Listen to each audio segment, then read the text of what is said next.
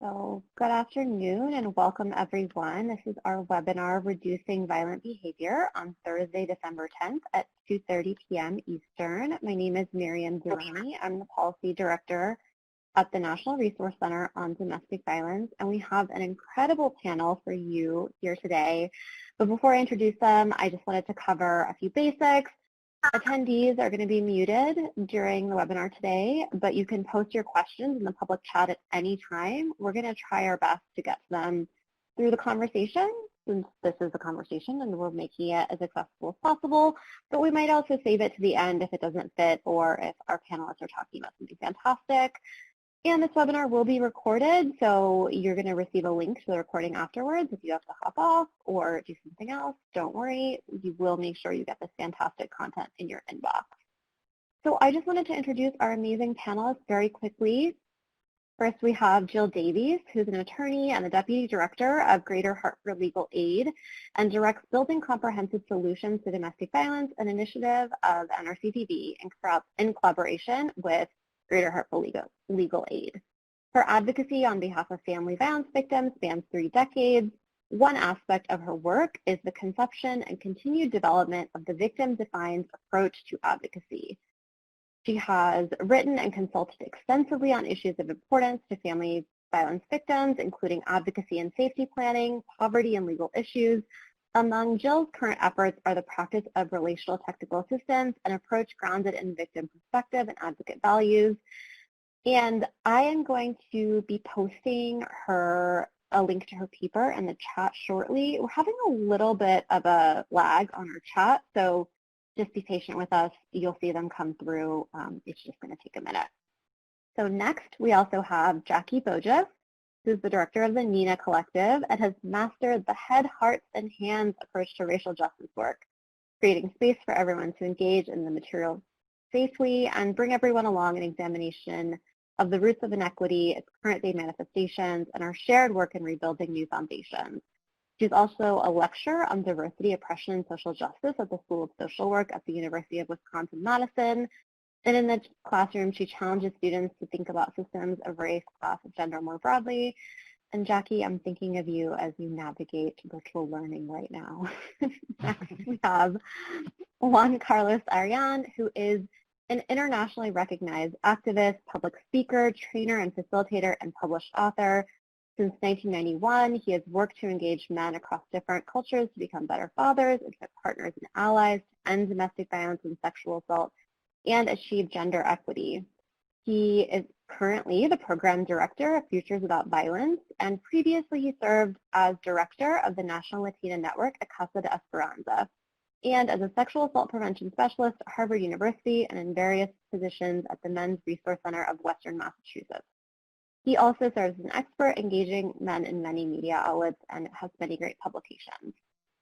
Last but not least, Lisa Neech, our Director of Training and Education at House of Ruth, Maryland. She's responsible for House of Ruth, Maryland Intervention Services for Abusive Partners and the Training Institute, which coordinates professional development of staff, external community education, and professional technical assistance. She has been with House of Ruth since 1998 and advanced through a variety of positions, including overseeing the agency's clinical services for survivors and children, the Teen Initiative, and the Developmental Child Care Center. So just from that short explanation, you can tell we are going to have an amazing discussion here today.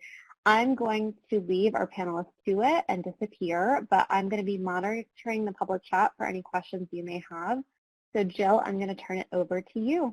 Thanks so much. Great. Thanks, Miriam. Good morning, everyone on the West Coast, and good afternoon, everybody else. Welcome virtually to Connecticut. I know we've all been spending some crazy amount of quality time in front of screens this year, so I'm really grateful that you made some time today to join this important conversation. Thanks to the National Resource Center for sponsoring it, and thanks to Jackie and Juan Carlos and Lisa. I know this is going to be a lively, informative, and change-making discussion, so thanks to everybody. We've got a lot to talk about today. I'm going to talk just a little bit about a paper on this topic that I wrote. We will talk about where we are as a field with strategies to reduce violent behavior and focus quite a bit on our role as advocates, both in systemic or policy level, but also in our work with individual survivors. A note on language, it's likely we'll talk mostly about intimate partner violence that includes the domination and control of battering. When talking about battering, it's mostly a man abusing a female partner, so that's the gender language we'll use. Of course, there are female victims of male or female partners and male victims of male or female partners and non-binary folks and kids who are experiencing or witnessing violence. I just want you to know that all of them have our attention. Turn now just to tell you just a little bit about the paper, Victim-Defined Advocacy Beyond Leaving, Safer Through Strategies to Reduce Violent Behavior. I wrote the paper because I've learned from survivors, the adults and the kids, that given their risks, their families, their circumstances, they need the violence reduced in order to be safer. Survivors correctly and rationally identify violence as the problem, and many of them ask us advocates for help to fix the problem. I mean, really, who hasn't heard he needs help? This paper is really about how to respond to that survivor priority. The paper's got 4 sections. The first sets the context, the framework of victim-defined advocacy, and reminds us that this work to end violence is not new. It's always been part of our advocacy and central to our mission. And that much of that work and that innovation has been led by advocates of color, leadership we can all follow. The next section talks about victims in contact with a partner or parent who's abusive. It explains why leaving or no contact doesn't work as a safety strategy for so many survivors, the adults and the kids. With physical separation unavailable, these survivors need the violence reduced. The third section discusses advocacy when we're working with individuals, how to connect with survivors in contact, to make their priorities truly the focus of our advocacy, and ways to build safety plans that include strategies to reduce violent behavior.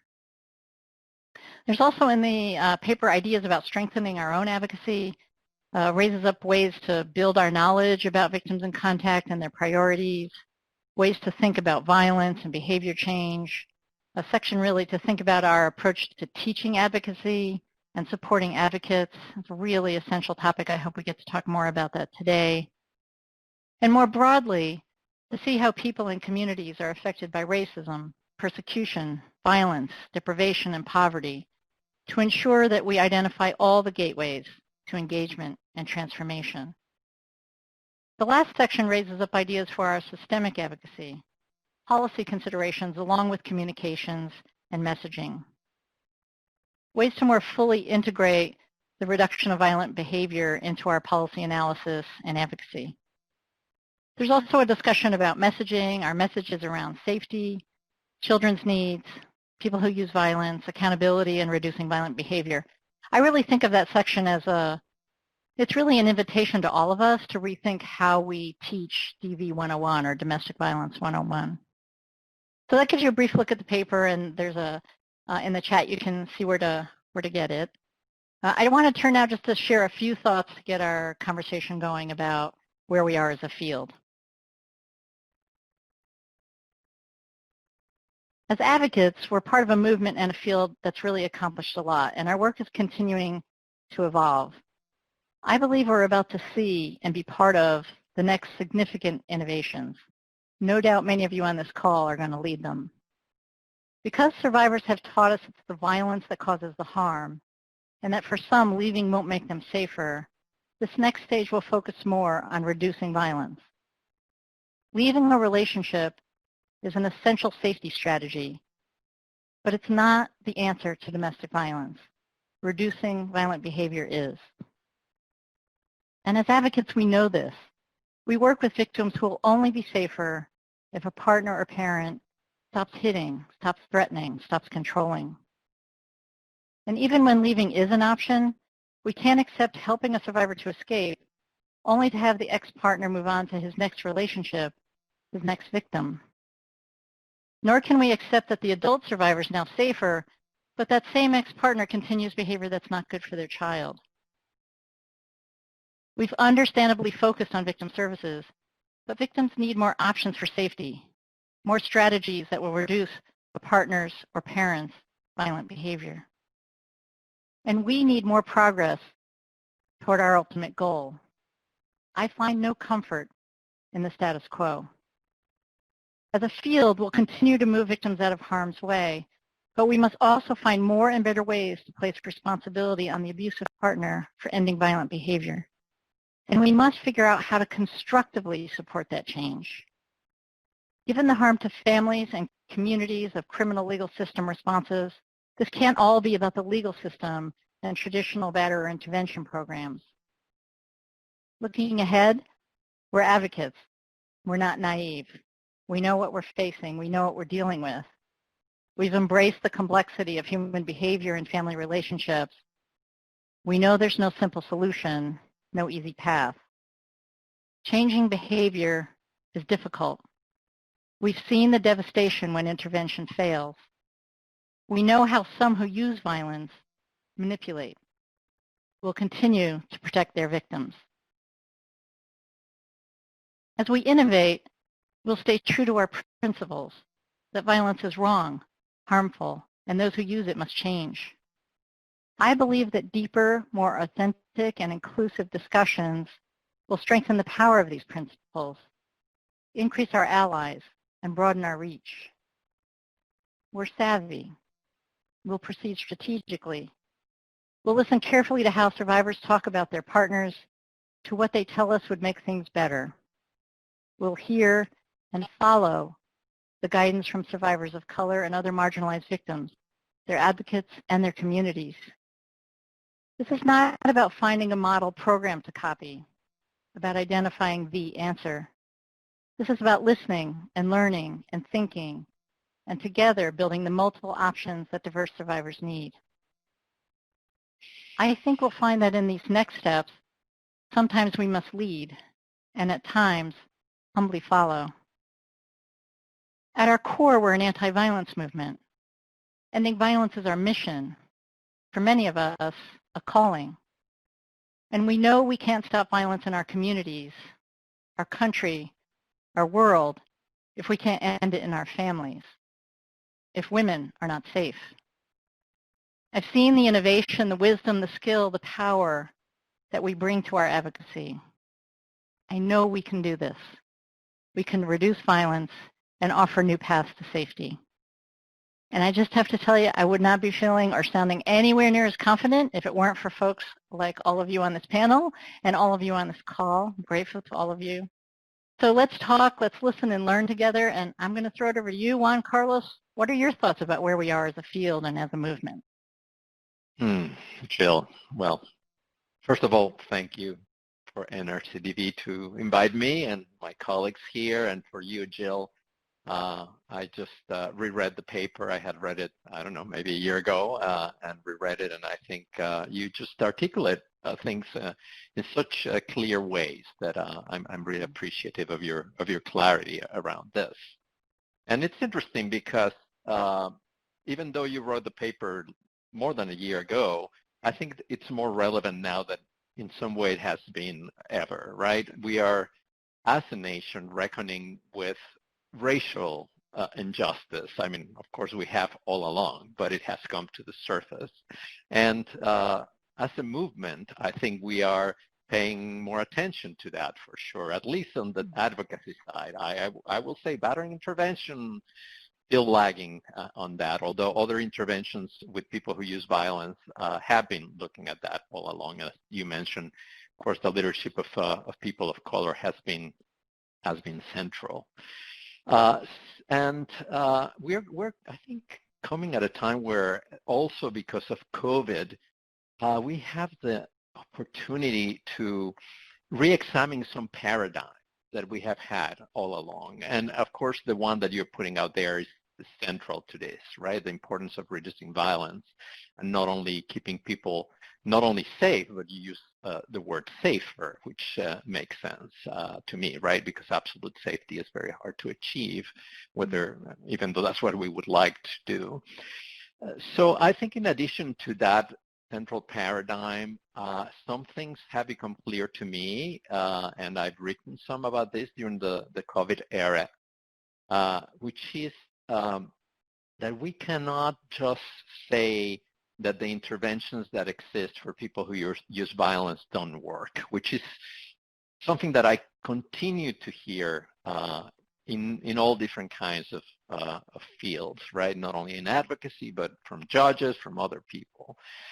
There were some studies in the 1990s that experimental studies that actually had a lot of methodological problems, but kind of established that in the mind of the field that these programs didn't work. However, in some way we have been frozen in that time because there's a lot of research that has happened since the 1990s that has shown actually that battery intervention programs, as well as other interventions, I hear about expanding beyond traditional programs, do work. So I think this paradigm of programs don't work, and this message, you write it in the paper, these generalizations of telling survivors, programs don't work, people who are violent will never change.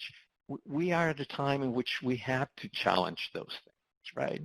And another paradigm that I think has been clearly challenged, at least in my mind, by COVID, is that people who use violence, men who use violence, will not seek help. And because programs, at least at the beginning of COVID, could not operate in a normal way, right? Everything went online or was canceled. And what I hear, and Lisa maybe can speak more about this because I don't do groups and haven't done groups under these conditions, but what I hear is that a lot of men showed up to groups, were very grateful that these groups were happening, even if there was even if the requirement that they would show up was removed, if you will. So in my mind, they came without a requirement to come, and we're grateful for these groups. Things like the hotline in the UK for people who use violence doubled the number of calls during COVID, and their emails tripled. There were a lot of people asking for help. And I think one of the challenges in this country, not necessarily in other countries, is that because we have only used coercive systems to get people to services, we have assumed that it cannot happen through other channels. And I actually believe strongly that it does, because I've seen it happening in other ways. So I think this is such an opportunity to, in some way, re-examine some of the paradigms, some of the tenets that we have had in this movement, and of course, always putting the safety of survivors at the center and their voices at the center. Start to really listen deeply and started to not substitute some of the things that have worked, but to expand and really to be able to serve everybody, not only certain survivors. I'll stop there. That's great. Thanks, Juan Carlos. How about you, Jackie? So ask me the question again, Jill. Well, we're just trying to get a sense of your initial thoughts about where we are as a field. So, well, again, thank you so much for inviting me. I'm happy to see you all. I haven't seen you in a long time. It's good to be having these conversations. Honestly, I do continue to have the conversations, as you can imagine. I guess I want to expand it not just to this field, but to fields, to families, and families who are under stress and anxiety and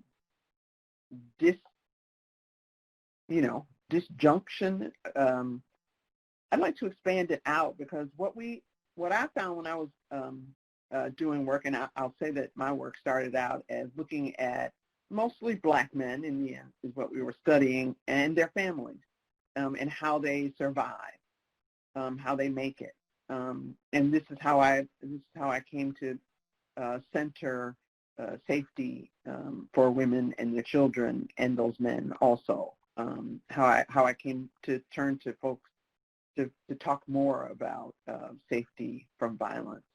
As I was doing that work, really focused on economic security and those kinds of things. And so I think we're talking to, responding to the needs of the same families.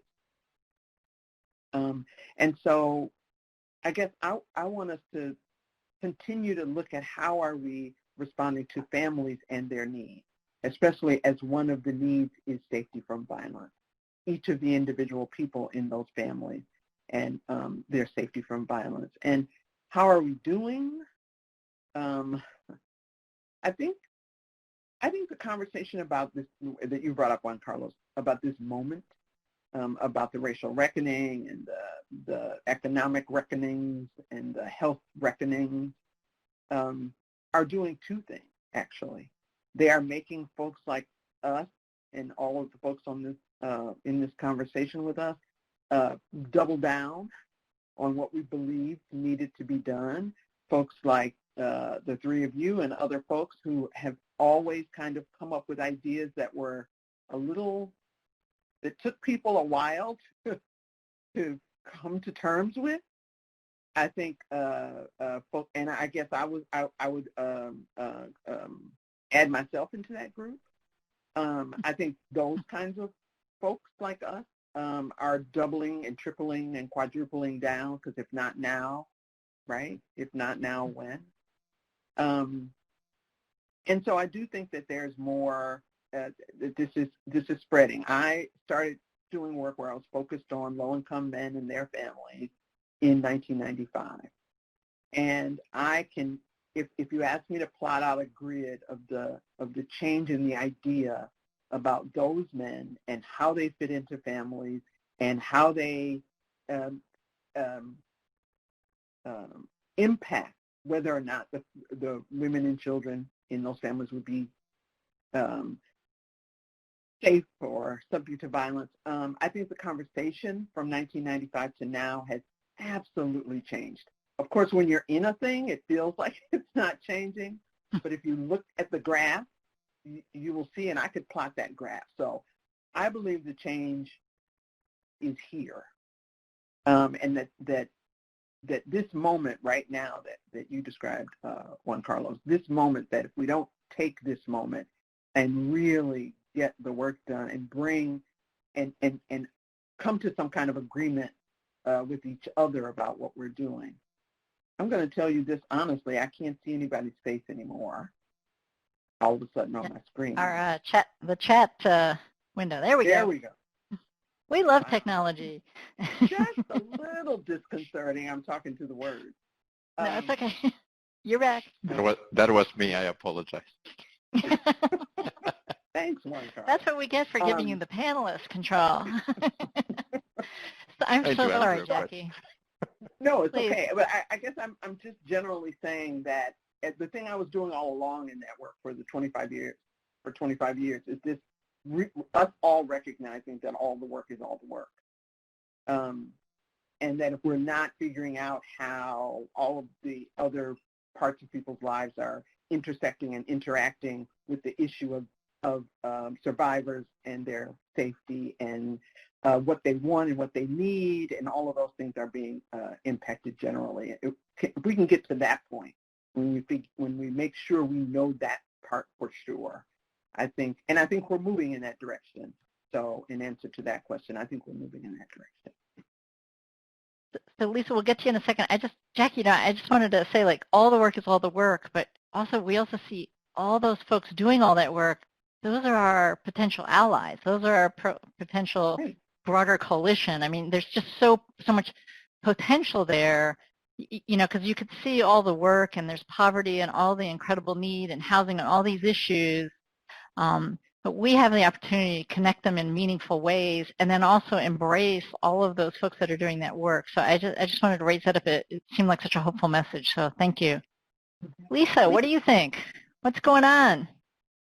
Man, this is a tough crowd to follow. I'm definitely experiencing some imposter syndrome being on this panel with all of you, and I really appreciate being able to participate. I mean, you're just all fantastic and kind of part of sort of what I've been seeing in the state of the state. I remember in, I would say, early 2000s, about 2002, when we started talking about redesigning our intervention program at House of Ruth, Maryland. We are a survivor-centered organization. and we have an intervention program. And we were redesigning the program to really incorporate elements of adult learning principles, right? Respecting your clients, acknowledging that they show up with important experience, giving them space to disagree. All those things that frankly weren't regular. They weren't standard procedure in sort of the traditional intervention program. And man, I took a lot of flack. As Juan Carlos and I joke about a lot, the quote is, you're coddling batterers, you're hand-holding, right? And then you're not holding people accountable, all those kinds of things. And I really appreciate the question about attendance that was in the chat. Somebody asked, and I can tell you, without changing the policy, without changing our curriculum, without changing anything, we saw an increase just being more respectful and kind to our participants, being more engaging, asking them how their day was, telling them we genuinely cared about them, engaging with them around their struggles. We saw a 25% increase in attendance. We went from about averaging 50% attendance to 75%, and we allow absences, so we don't expect 100% attendance. But that's the kind of shift that we're seeing. That's really exciting. There's great research out there, and some of the best high-quality research, as Juan Carlos was saying, really is showing promise. You've got probably one of the best, well-structured studies by Ed Gondoff in 2002 showed positive benefits. Etienne Alderando, who I see here on the participant list, my buddy, he did a wonderful meta-analysis in 2002 as well that showed promise. And I think one of the most incredibly structured studies is Project Mirrorball out of the UK that came out in 2015 that used survivor-defined measures of success, showed that upon every measure that survivors laid out, intervention programs were successful. And I don't want to shortchange some of the traditional programs like GAIP in Duluth and Emerge in Massachusetts, that they're doing amazing things in their communities, but I'm seeing like real innovation is in communities of color, and we're getting creative about how to engage people around that intersectional, complex experience of oppression. Part of the reason I get to be on this panel is because I was fortunate enough to stumble into the responsible fatherhood field, not the father's rights field. And Dr. Oliver Williams, who many of you all know, Dr. Johnny Rice, who many of you know, are dear friends and mentors of mine. And that's how I got to know Jackie back in the early 2000s. And, just learning about that unique experience that, I'm saying to my fatherhood partners, we're seeing women die every day. And them saying back to me, yeah, we're seeing fathers die every day, that there's an urgency in these low-income communities of color. I serve in Baltimore City. And so as a middle-aged white woman, there's a lot of cultural humility that has to happen. There's a lot of cultural considerations that I need to make. And sort of how do I walk into a room full of almost exclusively low-income Black men because of the way our legal system is structured, right? Because we're not seeing everybody who abuses, we're seeing the people who get convicted and mandated and sentenced. So overrepresented with low-income men of color, and talking to them about having too much power and control just doesn't compute if you're coming at it from a traditional singular oppression model. And really starting to understand those more complex ways, helping people tap into their own sense of victimization, and I know you talk about this in the paper, Jill, about their own sense of disenfranchisement, that if you don't create space for that, you're irrelevant. You're just totally irrelevant, and they're not going to listen to anything you have to say. And so in that sense, I've seen tremendous evolution in our field about how do we engage abusive partners, both sort of applying really traditional, basic, adult learning principles, getting creative in our engagement strategies, approaching them with more compassion than ever, understanding how to engage people in a thoughtful and meaningful way. And as that has happened, at the same time, we are building bigger shelters, we are hiring more therapists, we're hiring more attorneys, and our services are still completely overwhelmed. Build a bigger shelter and it will be full tomorrow. I mean, we literally tripled the size of our shelter and it was filled in a week. I mean, we're not going to hide, and we're not going to hide our way out of that problem. We're not going to hide survivors away enough. Like, we've really got to get to the root cause. And I think Lisa, more than ever. Can I just jump in a second? Just jump in a second, because I know you're talking about that, but also we hear so much from survivors of violence that this is what they want. I mean, not everybody. I mean, some survivors, they want out. Some of them even want the criminal legal system kind of punitive thing happening. But so many, that's not what they want. They're telling us that's not going to help. It's not going to make things better. He needs help. He needs a job. But even if they can, they can't get a bed anyway. right? Right. You can't So get a ban anyway in lots of cities. Yeah, but to your point, Jill, absolutely. Every single one of the most long-standing, well-respected intervention programs in this country was started by advocates who were serving survivors because survivors were asking for it. This is one of the most survivor-defined services that we offer. That they want the abuse stop. And we're starting to really see it as like a twin jet engine, right? Like we've got to provide those healing services for survivors, and we need to be engaging the people doing harm. And that's great. And like to your point in your paper, violence is well funded in this country. And our anti-violence needs to be just as well funded. And we're starting to see that we're not fighting over the same pie. We can make a bigger pie, right? Mm-hmm. May I add, Jill? Of course. To Lisa's point about if you build more shelters, you'll get people to go into the shelters. I'm just going to go back to my point about the work is the work. Sometimes those shelters are filled with people who need shelter, right? Just regular shelter, because of all the other economic security issues that are going on. So if we weave that issue into survivors' lives, you have to also add, this is the thing that when I would talk to advocates back, in the past, and they would say, well, she needs to leave. Leave where? It's her apartment, right? He doesn't, right? She's not leaving like in the driveway with his car and burning his stuff in the driveway.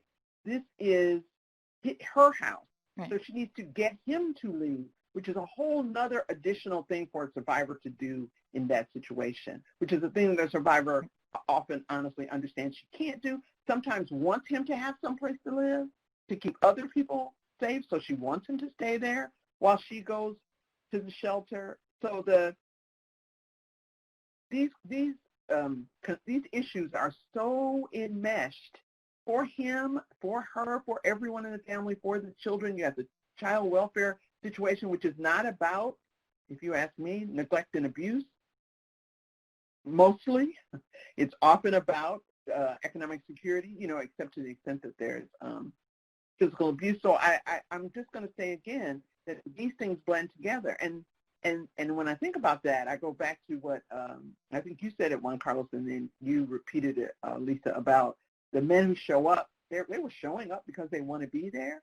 Well, when I walked into the room to have conversations with advocates and to try to explain what a fatherhood program was, that it wasn't a batterers intervention program, and it wasn't a, place where we were coddling or sheltering or helping abusers to get jobs. So when I explained and said, no, they come here on purpose. They come here, they want to be here. They've never been ordered in. Like, that was the thing I didn't even know about until I started hearing about sort of batterers intervention programs and how people were starting to blend fatherhood and batterers intervention. But those men were showing up. I would say that if you tell me they weren't showing up to attend to the issues of their own use of violence, I would agree with you. That's not why they were showing up. And in fact, often they did not want to have that conversation. Though I will also add that the men that ran those programs often forced them to have those conversations after they talked to advocates and learned how to figure out how to have those conversations. But that was where we could see that the men were showing up because they were caught in the web that I'm talking about, along with their partners, along with the folks that they were using violence against, and they knew that their children were caught in that same web and that they couldn't respond to the needs of the children. And in the meantime, you have, yes, the criminal justice system, Lisa, broadly, generally, you were walking down the street, but also the child support system. So systems that were taking money out of their pocket that they could be giving to their children. So that web, that thing was sticking them all in the same place. And even if she wanted to be separated for a time or for good, those things pulled them back together. Jill, can I make one point at the risk of you not being able to ask any other questions? I wanted to, I did answer a question in the chat, that's why I screwed up with, which was about research. And in particular, I would highly recommend, I put there a link to a webinar. I don't know if you saw that, Lisa, with Dr. Eric Mankowski from University of Portland. It's 2 hours long. It's a little long, but it's really an amazing, thorough examination of what has been happening, including 2 recent meta-studies, which show very promising results.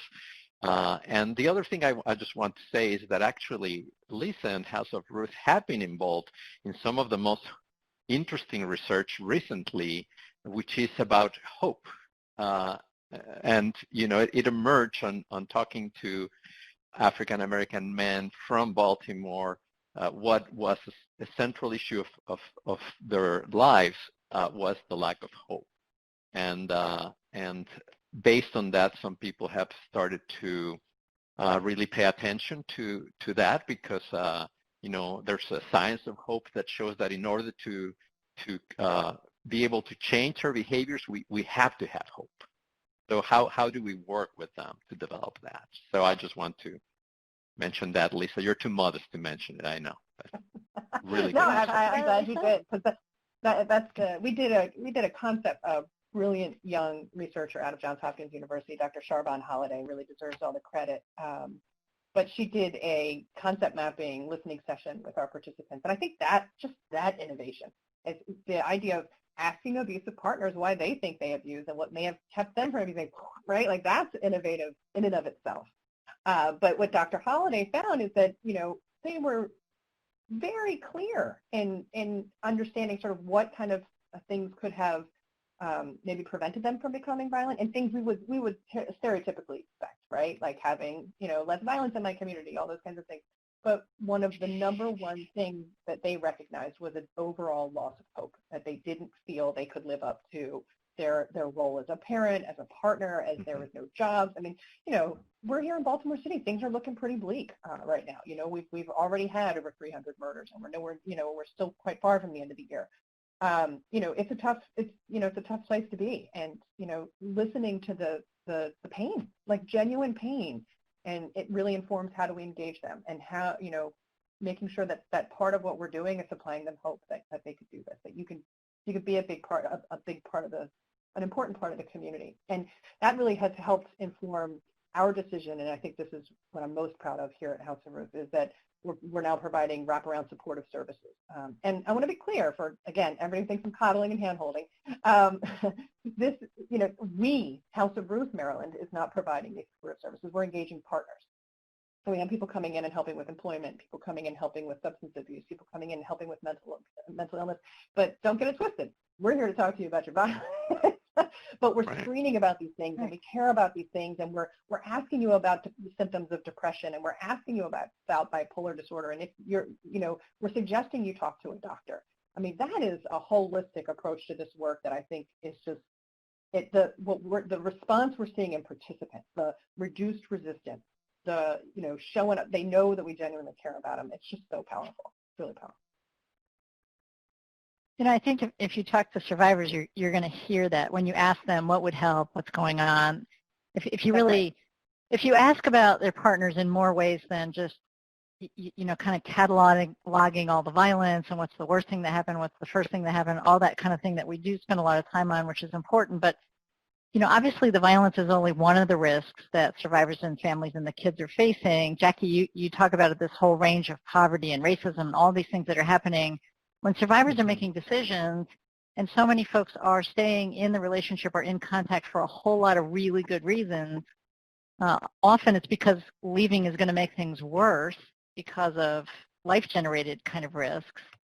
You know, you're going to hear that this kind of help is really what folks need. And I just want to say to the advocates, like, I kind of, when I started to think of it as explanations as opposed to excuses, it sort of helped me, because it's not like, you know, understanding like what gets a person to a point where they're using violence in their relationship, understanding why is important. And I think sometimes we've just kind of dismissed that because we, you know, as soon as we start understanding why, we think it's an excuse. But it's not an excuse. And I hear you, Lisa, saying that's not at all what you're saying, or how you engage with folks. It's just sort of like, oh, okay, we need to understand all the reasons. And there's a whole lot of reasons. There's a whole lot that we don't understand about violence, and the range of it also. I think, sometimes we respond to violence always as if it's all life-threatening, as it's all severe, and that's just not what people are facing. And different survivors are experiencing the violence in different ways. Like, you could have fairly what you might call low-level physical violence, but for a particular survivor, it might be life-terrifying, and so traumatic. So, that's as we're in there as advocates understanding, right? I mean, and what you taught me years ago is what I'm doing is removing the excuses, right? There's no sense getting caught up on whether employment causes violence or not. I don't believe it's causal. However, if an abusive partner has their victim convinced that their unemployment justifies their violence, well then how much does it help to say, hey, guess what? They can get help with that here too. And they can help with that here too. And they can help with that here too. And I'm just, ticking off the excuses, although we're finding that as you engage people, the other thing is, we call them excuses. Dr. Jackie Campbell calls them lethality indicators, right? So we try to play both sides of the coin, right? We try to stand on this side of our mouth that I'm being mindful of my pace because we're being closed captioned. Juan Carlos, sorry. On one side, yeah, I know. On one side of our mouths, we're saying this is all just an excuse. People get high and don't hurt anybody. People are unemployed and don't hurt anybody. And when we're doing lethality assessments with survivors, we know that that's a lethality indicator. So what harm are we doing to provide that supportive service to this family?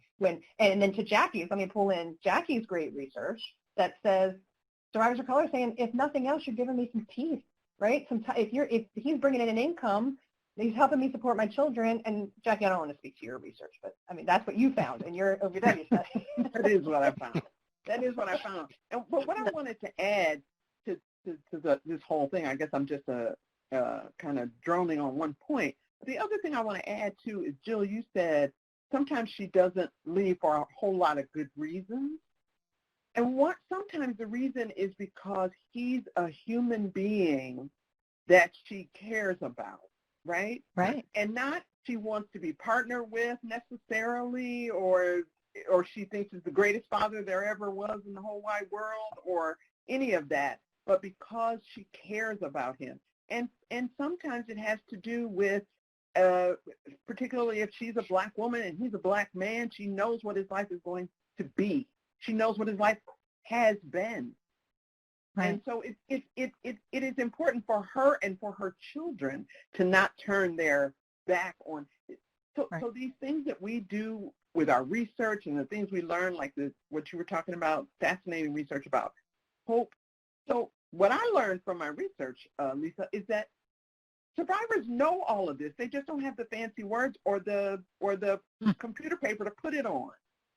They know all of these things. They know about hope. They know about the lack of hope. They know about racial injustice and discrimination. They may not have time to articulate it to you, though I did sit down with mostly Black women survivors and ask them, first, what do you need? But then second, what do you think the men in your community need? And the answer was what people need. They need love and joy and hope and a job and time and space and privacy and all of those things. That's really what their answers were. And so I think that so often we're not looking at sometimes they're two parents, maybe step-parents or fictive parents, and their family, their children. That's who we're looking at. And we often go from that perspective of, the guy who used violence or the woman who's getting food stamps or the, person who showed up at my shelter. But if you pull back your view, you'll see two parents, sometimes three parents, whatever the situation is, trying to take care of some group of children. And whether they live together in the same house or not, it's still that. This morning my daughter told me about a childhood friend who was in Madison, Wisconsin, in a shootout with police, and he was killed by the police. And he was shooting a gun at them, and they shot back. So that's violence, right? So there's something to learn there between the way we looked this past summer at the violence of Black men who are killed, and they're they have no weapon themselves, that kind of thing. And we all go, oh my God, this is horrible. Oh, this is so terrible. We need to respond to this. This shows racism, all those kinds of things. Then we look at the Black man who was using violence, who was dangerous to someone, who likely was killed in self-defense. There's still a story of the harm and the trauma in that person too, and we're declining to learn from that person's life. We're declining to learn about violence, about violence against everyone in that person's life. We're declining to learn about violence from that person. We only want to learn about violence from this other person who didn't do anything wrong. Absolutely. We got to learn it all. Right. Yeah. Did you want to say something, Juan Carlos? Well, I just want to say that point and a lot of your work, I know, Jackie, how it's reflected in Jill's paper in terms of, and again, I think you have such a talent to put things in with such clarity, is this idea of seeing perpetrators through the eyes of their survivors, right? And we think we do that, but that's hard to do. Right? I think, wasn't it Anais Nin that said we don't see the world as it is, we see the world as we are, right? And so part of the work, and I will of course include myself there, is to really, are we really seeing that person through that survivor's eyes? Whether it is like, I don't want anything to do with this guy for the rest of my life, or the opposite. I want the violence to stop. But I think often we go to, well, she's in denial, she doesn't see reality. We need to educate her about the dynamics. But you were saying, Jackie, we need to educate a survivor about their own life. That's one of the things that really gets me going, that particular word. So I think that's part of the work, right? Yeah, I think even if also a little bit historical structure issue as well, and I think we have to kind of acknowledge the history of white feminism in this movement and the idea of the services that were built. And I know here in my own agency, the survivors that our legal clinic sees, they're done. They're fed up. They're like, get me separated, get me a protective order. I want no contact. I want a divorce, whatever you can help me with. And that's a different person than the person, and like literally a different person. We're seeing like distinct survivors when you're talking about who's accessing our traditional, our traditional mainstream services versus who are connected to the men in our intervention programs. Those folks aren't reaching out for traditional mainstream services. And when we look at fatality review teams across the country, and we're seeing how few of those folks we're connected with or even interested in traditional services, I think it also has to do with sort of the perception of what we believe based on the survivors that we've historically served. But by nature of the definition of our menu, we're not reaching those other survivors who would tell us that maybe what we're offering doesn't meet their needs. I want to jump into Juan Carlos. I think, getting to know him is such an essential aspect of safety planning. Even if the focus is on leaving and physical violence, we need to know everything about him. What makes him tick? What's going on? What's the level of violence? Are we talking about just sort of immature behavior, or are we talking about lethal, scary, violent behavior? What's the range? And sort of we've been exploring, just asking, changing up the questions that we ask. I think we have these intakes that just get longer and longer and longer that add more and more, physical violence focus. But I think, one of the questions I think it's really interesting to ask folks is, how did you meet? I mean, you just go down, you learn a lot about the violence, you learn about a lot of things, but it just sets such a different conversation. And I think as we're trying to sort of talk about like whole families, I want us just to make sure we start talking about the kids a little bit. So anybody want to start us off? I'm looking at you, Juan Carlos, but anybody, I mean, I'll just say, like, kids are so central. Obviously, we want them to be safe. They need to be safe. They need to be safer. Again, they're not going to get the ideal version of safety. Most folks don't have the opportunity to have that. Kids need different things than adults, depending on where they are developmentally. And of course, when we're working with parents who are survivors of violence, their decision-making is so central around the kids. I mean, so many victim parents put their own physical safety way down on the list of priorities because they're doing what they have to do to keep their kids fed and to keep them, in a place to live. So, and just kind of with that as a sort of start, let's talk about this aspect of reducing violence when it comes sort of to the parenting aspect of it.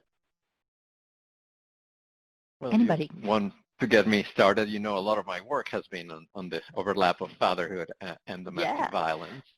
And of course, we have learned a lot about the negative, there's hundreds of studies about the negative effects of domestic violence on children, even if they are not directly abused. We know that, and we, in the last maybe 20 years, have been paying more attention to that, which I think is very important. It's also very important that we also understand how resilience and protective factors work, right? Otherwise, going back to the hope, we can take all hope out of survivors sometimes if we don't balance those two things.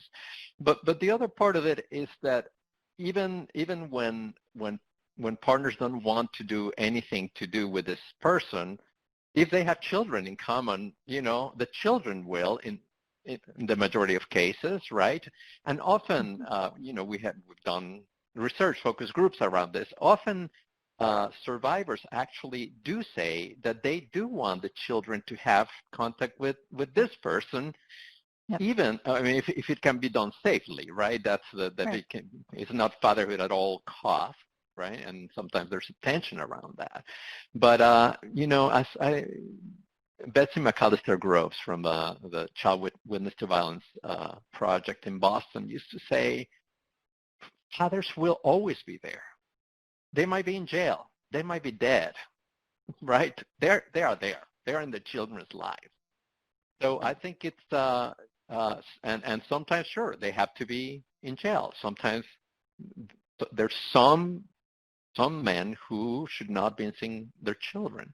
But the other side of that is that many men do want to be good fathers, do see themselves as aspirationally as good fathers. We might not agree on what that looks like, right? That's part of the work.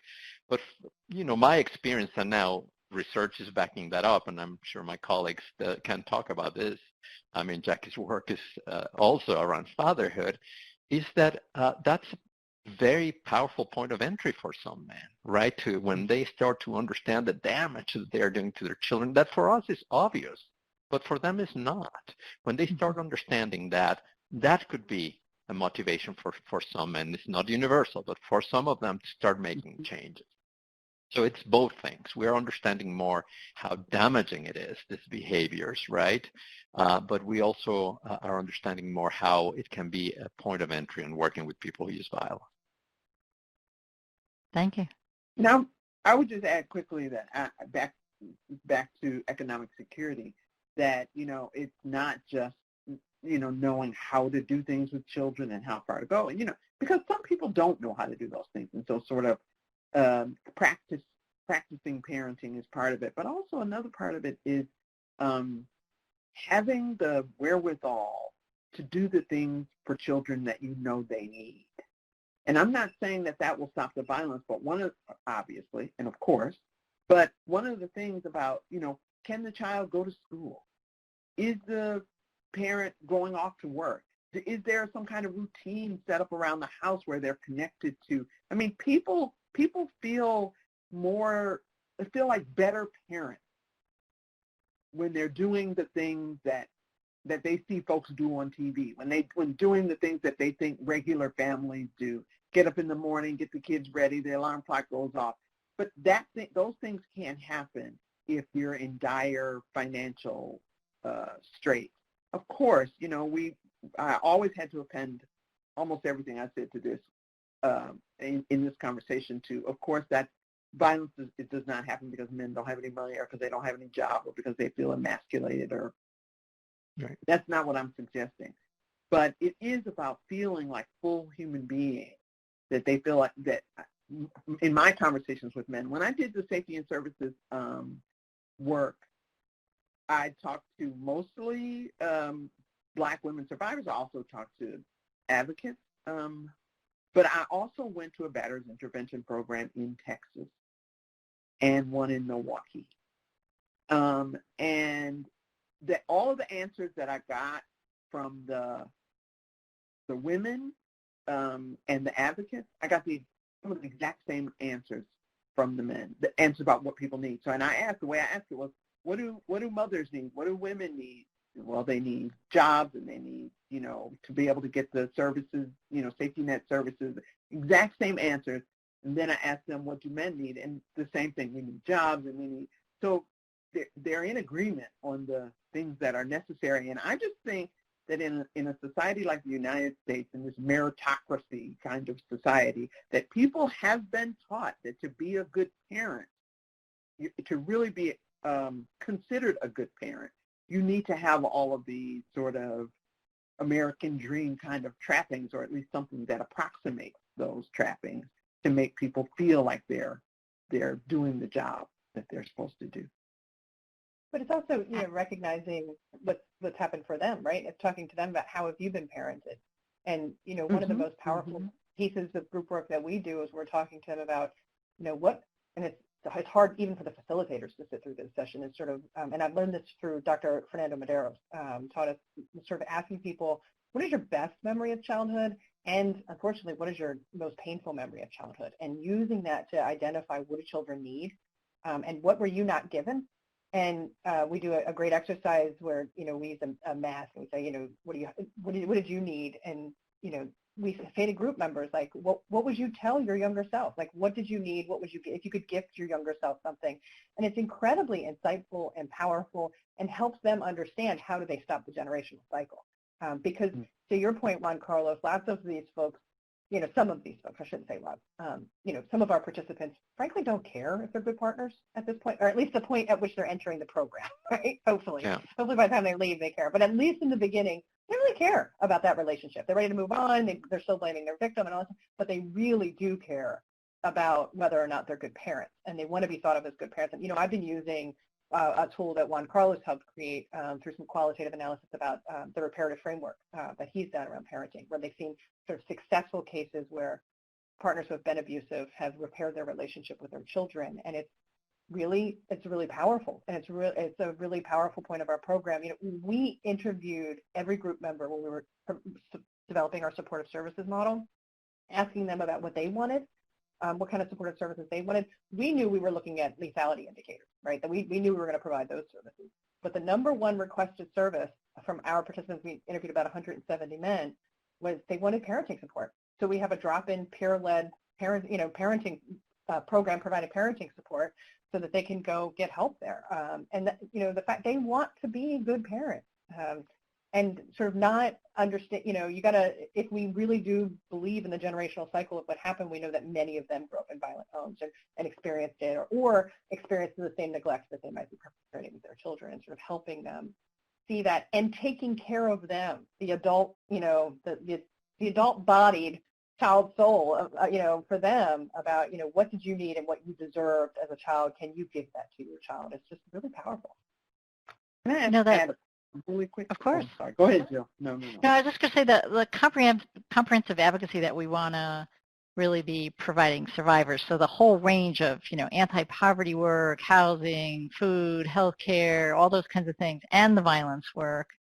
It's just, we just have to not lose sight that the violence is making the anti-poverty work more difficult, and then folks being in poverty makes the anti-violence work more difficult. It's, again, I think it's what you've been saying, Jackie, it's all involved, and then obviously, the racism and structural racism that really is such a cause of so much of the poverty in our country. It's just sort of in connecting all those things is really is really kind of an essential thing that we start to talk about, and raise up and hold the complexity of this, and not just be looking at sort of these narrow pieces, but I also sort of, it's also, I just want to raise up, I don't see this happening in the criminal legal system context, this sort of seeing the whole person as a parent, as a man, seeing a survivor as a complex being and a parent and a person who has multiple needs and concerns. Like, I just don't see the legal remedies that are coming out of the criminal legal system as really meeting the need of this kind of safety that we're talking about. And again, there are some survivors who will need criminal legal system responses, and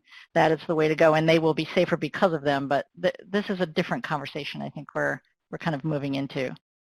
I think there's some really interesting stuff coming out of veterans courts, specialized courts, in that sense, that we might be able to learn from as years go on. But other than that, I wholeheartedly agree with what you're saying, Jill. It's not Jackie, did you want to? I'm sorry, yeah, Jackie?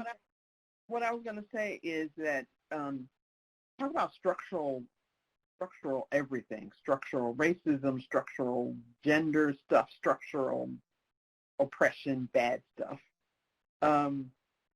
Is that this is our setup. And I'm going to talk specifically about Black families. This is the setup. There's a woman and she has some children, and everything would be better in her life if the big bad wolf was not around. And that's the Black man in period, all of them, right? So everything we do is as long as you leave him, as long as he's not around, as long as we'll give you your food stamps, we'll give you your child care, we'll give you your, and we don't. We say we will, but we don't give her those things, right? We don't give her all the things she needs. But the system, the policy is set up to provide it for her if she could somehow prove that she was not going to deal with the monster at the door. So he causes the violence in the house. He's the one who brings the drugs in, and he's not doing it, and he's having more babies. He's the big bad wolf. He's the creator of the problem for those. And then she, if she cares about him, or if she responds to him, or if she thinks it's a good idea for her children to understand that that's their parent and that they can love him, right? And I'm just talking about the family now, without the element of violence at this moment. Even without that element, we still make him the big bad wolf. He causes the new pregnancies that the family cap gets her bumped up against, so that there's no more. So he's the bad guy. So of course, the place for him, he's supposed to be in a batter's intervention program, or he's supposed to be in jail. There's no place else for this big bad wolf. I mean, that's the other thing I asked in this 4-state focus group study that I did was, what services are there for this parent, right? This parent over here, the one who doesn't live there. What are the services? And I just asked all the survivors and all the advocates and all the men in the batter's intervention program. And in Milwaukee, one guy said the parole office. That was the answer. Right. Those are the services. And so we're assuming his criminality. Even if he's not in prison right now, he should be. Or even if he's walking down our street carrying a lollipop, he's done something wrong. So it's okay if I shoot him because he's done something wrong. He's going to be the violent one. He's always the violent one. He knows that. And so I think that your question about the reality, okay, so that's the structure, but the reality is there's a woman and her children, and they're not safe from him, right? That's a real thing, and so, in a real person's life. And when she calls the police, then of course their response is not to that guy in her life, given what she's telling you about him and about herself and her children. The response is not listening to her tell you, here's what's going on. Can you help me in the following ways? The response is he needs to be in jail, not because of this, but he just needs to be in jail generally. So here's a good way to get him there. Great. Yeah. Thanks.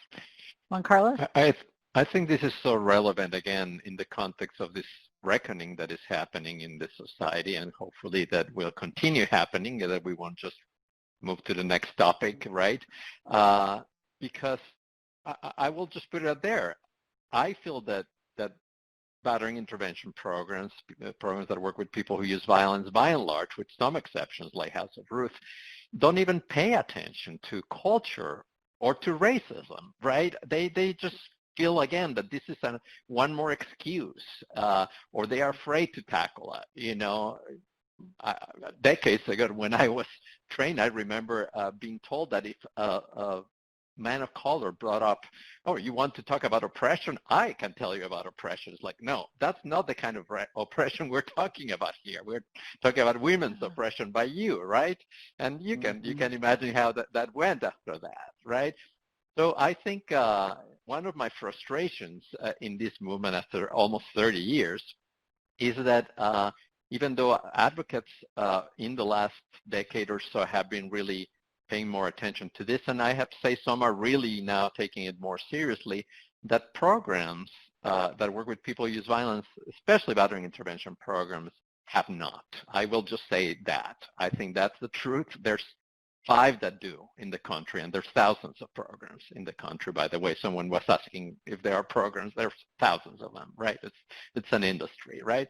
But the other thing that you asked, Jill, is how do we do this outside the criminal legal system? Because the majority of programs are very, very aligned with the criminal legal system. In fact, upwards to 90-something% of the men that end up in these programs are through referrals to the criminal court, right? Because we have set it up that way. It doesn't have to be that way. We have just set it up that way. There are cases in which there are programs, all these are small, that have been working under the radar, outside the criminal legal system, outside child welfare, expanding their interventions to not only what we would traditionally call battering intervention, but incorporating restorative justice and transformative justice approaches. And maybe I should just say restorative approaches, because it's not a particular model. Restorative and transformative approaches, as well as community accountability. And I think we have to really start paying more attention to that and how to do that work. And I think battering intervention programs, if they go through some strong soul searching here, could be well positioned to do that. One additional problem here that hasn't come up, it did come up in the chat, is that programs who work with people who use violence are not only underfunded, they are non-funded. There's no funding.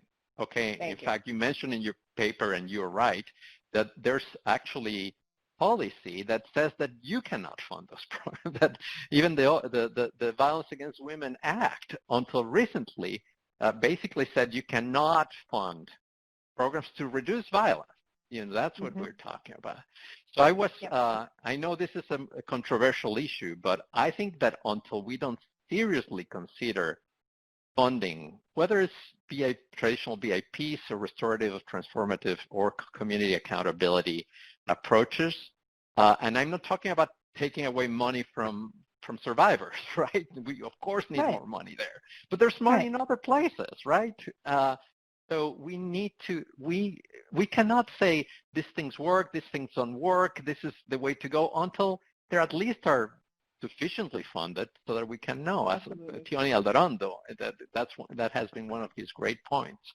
So I think that's absolutely a central part, and I know you don't explicitly say in your paper, but you do say that money spent in reducing violence is money spent in creating safety for survivors, and I couldn't agree more.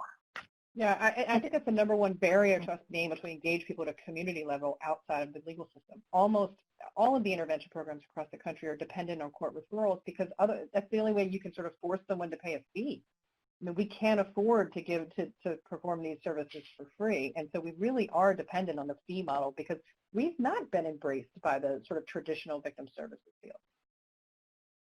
So I just want to say, like, when we are thinking about the fee model, especially because in this paper we're talking about survivors who are in contact, and a lot of them are still in the family, but even if they've left, they're still supporting the family and the kids. So taking money from him is taking money from the family and from her and the kids. And so we do need to think about that, and preserving and expanding the strategies and funding and services and advocacy we already have for survivors and for survivors who are leaving. But this is like a both and kind of situation. And I would just say, Juan Carlos, I don't think it's controversial if you listen to survivors of violence. Right. Because if we truly are survivor defined, victim defined, this is what folks are asking for, and it's a good chunk of people. And I think in this last year with COVID, with so many survivors pulling him in because there was nowhere else for him to be, quarantined, and he was going to be there for a period of time. I mean, and the courts were hampered or closed or not really working, and the advocates were struggling. I mean, they were doing incredible work, particularly in the early stages of the pandemic, to kind of keep the remedies going that were there. But, you know, we really learned we needed other options. I guess the other thing I wanted to say, just from listening to survivors, is that reducing violent behavior can't all be about these sort of programs and services and interventions and groups. I mean, there's also this whole incredible range of things that I've heard from survivors that are very informal things. Family members, faith leaders, other people intervening, self-awareness, things happening, substance use treatment, AA, like whatever it is, there's things that help people make a shift or a pivot in their lives. And, you know, some of them are quite informal. And I think that's just when we're engaging in safety planning, we need to make sure we're talking about all the things and not only just going down the list of the services that might be in the community or might not be in the community, but, you know, what's out there, like what possible resource. I mean, that's what we do as advocates. We do the best we can with not enough too frequently. But I'm just doing this, we're like 15 minutes before the end. I just want to make sure we touch a little bit on policy or systemic issues. And I think in the paper I was really talking about paying attention. You know, we've looked at every form, every intake, every policy, every regulation with such great scrutiny and effect around victim safety. And I just wonder if we look at things in that same way about increasing opportunities to really support the reduction of violent behavior. Again, we're not talking about punishment. We're talking about reducing violent behavior. And also, I was very moved by, there was a judge, I won't say what state, but there was a judge who, you know, was very intent on making sure and questioning this survivor to make sure that she had a safety plan. It was a criminal matter.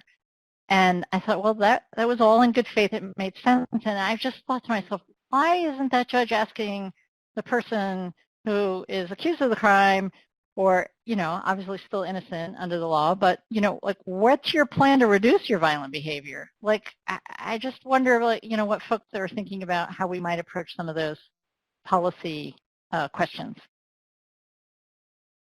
Can I do a quick bridge to that question, Please. Jill? Please. When I first started doing the work, I was talking about men's services. You can call it fatherhood if you need to, but you know, if you need to attach it to children. But I was talking about men's services, the things you listed, the drug addiction, you know, all those things you just listed that men need. And so, yes, it can be a way of reducing the violent behavior. It can also be preventative. All of those things on that list can be preventative in their lives. And so the way it was being talked about at that time was always, you're taking money away from victims and survivors. If you give any kind of money to services for men, to your point, Lisa, about men need something, they need to pay for it. So I guess I'm just agreeing with you about those, what is he going to do, but where can he go to do those things? And you all will remember that what I kept trying to explain to folks is that in a fatherhood program, we've not decided, we've not heard, we don't know yet whether or not this is a man who uses violence. So then how do we provide services in a way that recognizes that if you have 50 people in a program, you need violence prevention response services, right? You just don't know who specifically needs them. And so then what do those services look like, both with regard to policy and system?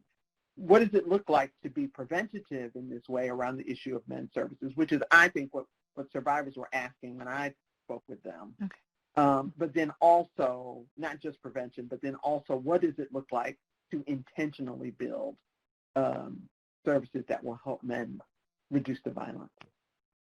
Yeah, I guess what you were saying, Jackie, earlier about the meritocracy, like, for some reason we believe adults who aren't attached to children aren't worthy of support and services and compassion.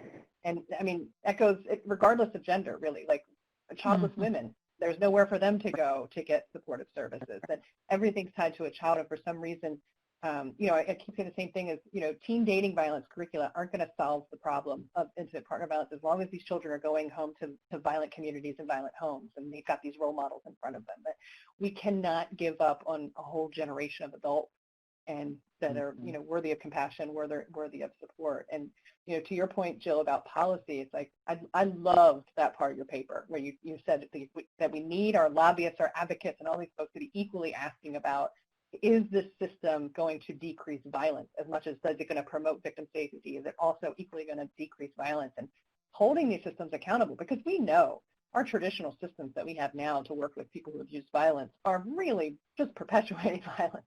And we need some accountability within those systems. And when we're looking at our for-profit prisons, we're looking at all those things that the systems people get into and have a really hard time getting out of. We are not holding them accountable for outcomes in any way. And certainly not to the level we're holding victim services to account for their outcomes. I mean, part of that too is I think safety equals leaving. I think a lot of folks see the role of advocates as leaving. I mean, in this, we're talking about survivors in context, survivors are still in their relationships, and just that's such a barrier. I mean, the way that we even talk about our advocacy, what we do, like the way we have 911 so forward in our messaging, there's just a lot of things we need to think about as we're trying to reach this particular set of survivors and think about things. What about some of the messaging things? I just talked about Juan, about what we see as safety in the role as advocates, but what about this phrase offender accountability? I've always found it like way too grounded in the criminal legal system. I mean, offenders are folks who have been convicted of crimes. I mean, what do you think about that? Do you have alternatives? I think some of us have been struggling with language, right? But I certainly feel that calling people offenders, batterers, or perpetrators is not helpful, especially when you're talking either to them or to their partners, right? I still hear a lot of people using, for instance, the word batterer, and I understand.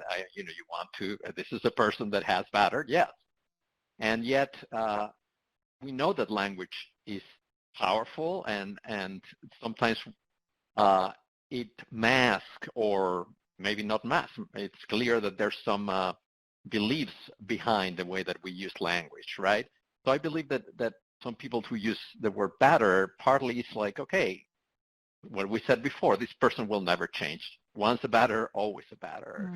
I think some of us have been trying to experiment with people first language, including you in your paper, Jill, right?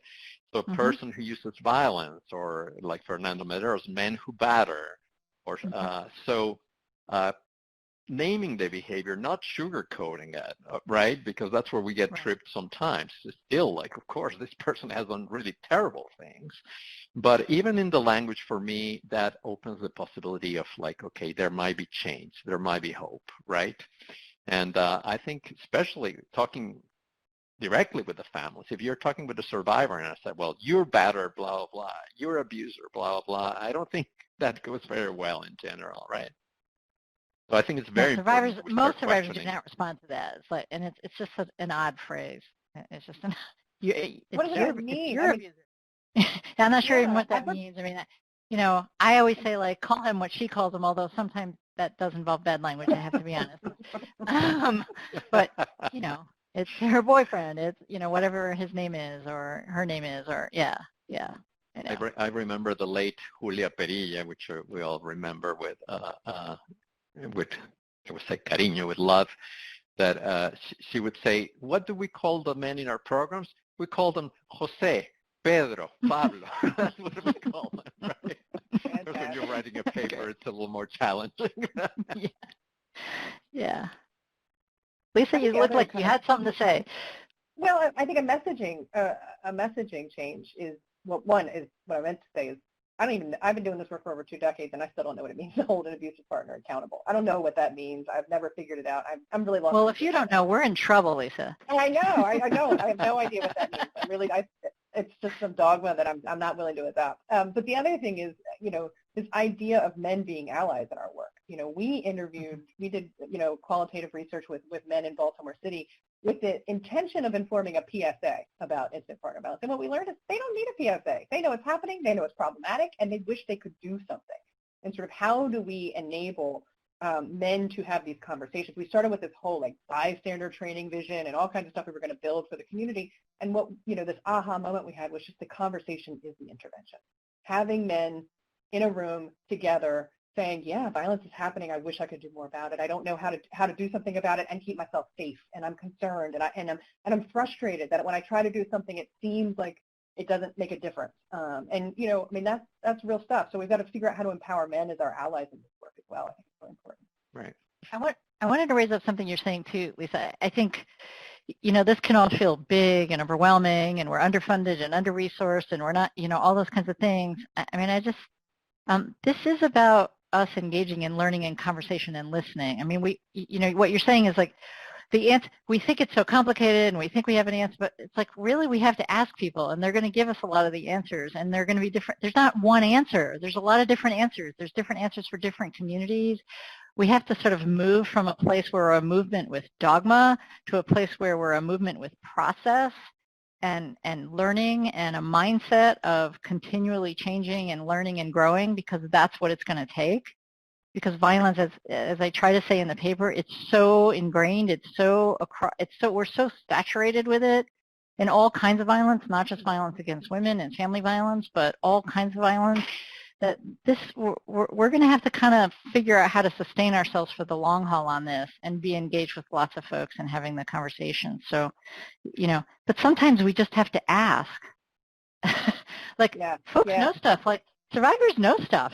Like we're like, we don't have any services. We don't know what to do. We don't know how to help you. But like if we ask certain questions, like we might know how to do something. Like in my mindset, it's always like find a way to help. And, they'll often tell you what they need. Sometimes it's something quite simple.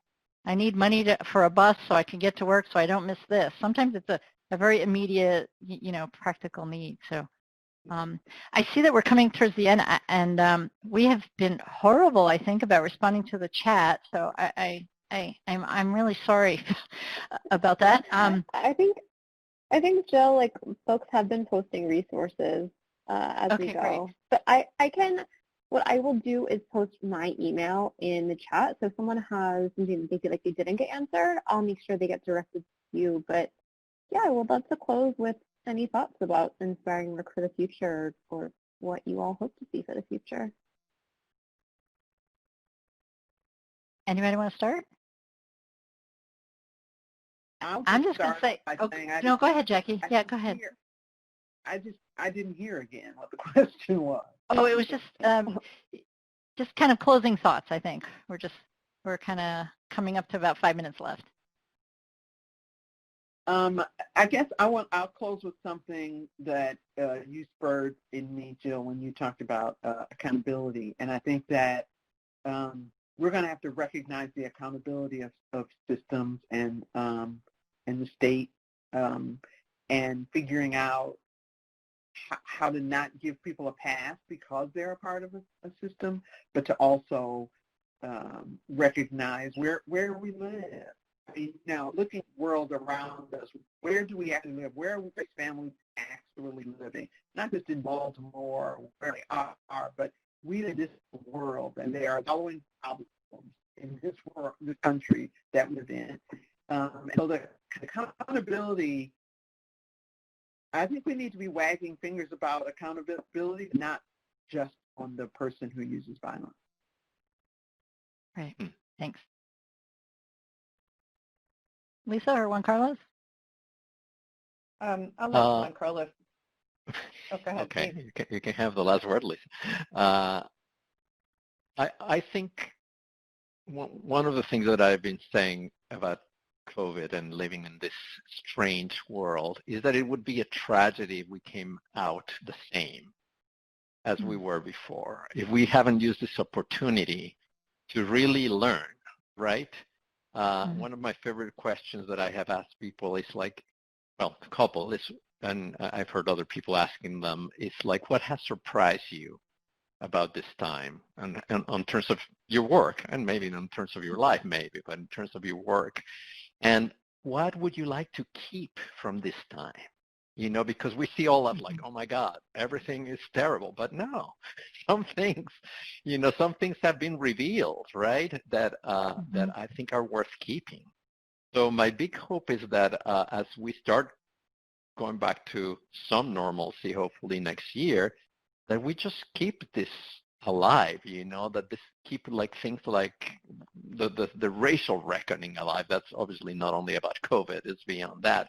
That we keep this idea of how can we help everybody in the family? How can we extend the definition of accountability? Going back to what Lisa was saying, I used your comment as a rhetorical kind of thing, Lisa, right? Like, what do we mean by that, right? People, what does really accountability mean, right? Often people use that as a punitive approach, right? Often people think about sending someone to jail. That's accountability. Well, I'm not sure about that. For me, it's really about taking responsibility and positive change. So how can we really support that rather than sending people to jail and wanting to do that, right? So I think we have a great opportunity to really expand the work and really, really deeply listen to survivors of violence, all survivors, not only the survivors that we like, the survivors that we dislike too, or not only the survivors that look like us, the ones that don't look like us, that don't live and the ones who don't like us. Exactly. Enormous opportunity. And one more thing that I want to talk about that you mentioned in your paper, we are all on this thing together. You mentioned about everybody who works to reduce violence and poverty and racism and climate change, for that matter. We are all activists working towards the same end of nonviolence. Mm-hmm. We're not enemies, right? We're not allies. We are allies. We have to work together. So I think expanding that vision and who is in this big boat with all of us, how can we include everybody? That's how, for me, the next stage of this work is. We have done things that work for some survivors, right? And we have done a lot of things that don't work. So what's next? Those are the questions to be asked. Mm-hmm. Lisa. I did want to follow you because you always have such a beautiful way to Come on. But just to reiterate, I think, Jill, what you were kind of saying here at the end, and Juan Carlos, you reiterated, just it doesn't matter what your skin color is, it doesn't matter what your income is, it doesn't matter where you're working. If you're genuinely listening to the community you intend to serve, I think, that's where the success comes from. And I just want to raise up a resource that, Juan Carlos, you shared with me many years ago, but the Fuerza Unida resource out of Casa de Esperanza is a framework for how to do these listening sessions in your community. And how do you engage people and really authentically listen, and not just listen to them about their victimization, listen to them about their whole life experience and their goals, and what are the facilitators to those goals and what are the barriers to their goals, and extend those listening sessions to the abusive partners as well. And you might be floored by how much insight they have into what could engage them in a change process. So really that authentic listening process is, I think, the next important step, no matter where you're serving. I just wanted to thank everyone, NRC, Jackie, Lisa, Juan Carlos, just terrific conversation. Thank you. And I'm also really grateful. You were all reviewers of the paper, and each one of you made it better, so I'm grateful for that as well. And all I want to say is there were 1,000 people signed up for this. We got capped out at 500. There's interest in this. We have to keep these conversations. We have to listen to survivors. We have to listen to communities. We have to listen to folks who use violence, the kids. We got to learn. We got to talk more. We're in this next stage. And I just want to say I'm all in. I am all in this. And, we'll figure out how to help each other do it. We'll do it carefully. And I do really believe that we can do this. So that's my final thoughts. And thank everybody. We're right at 4 o'clock. And Miriam, I'll turn it back to you. Thank you so much, Jill. Thank you so much, Jackie, Lisa, Juan Carlos. Thank you to everyone who joined us today. We think you are so wonderful. We just have one tiny ask of you, which is please fill out our survey for when you log out of the webinar. You'll get an automated pop-up. We know that there's so much interest in having this conversation again and continuing this conversation on these important topics. So my promise to you from NRCDV is we will continue to make these spaces. Hopefully if our panelists make time for us, we'll continue to keep them on for using some more of their wisdom and their time, and invite others who have great knowledge on these issues. But thanks again to everyone. Feel free to join us and follow us on all our social media at nrctv.org. But that's all for today. Thank you, everyone. Thank you, everybody. Bye. Be well. Bye-bye. Wonderful to see you.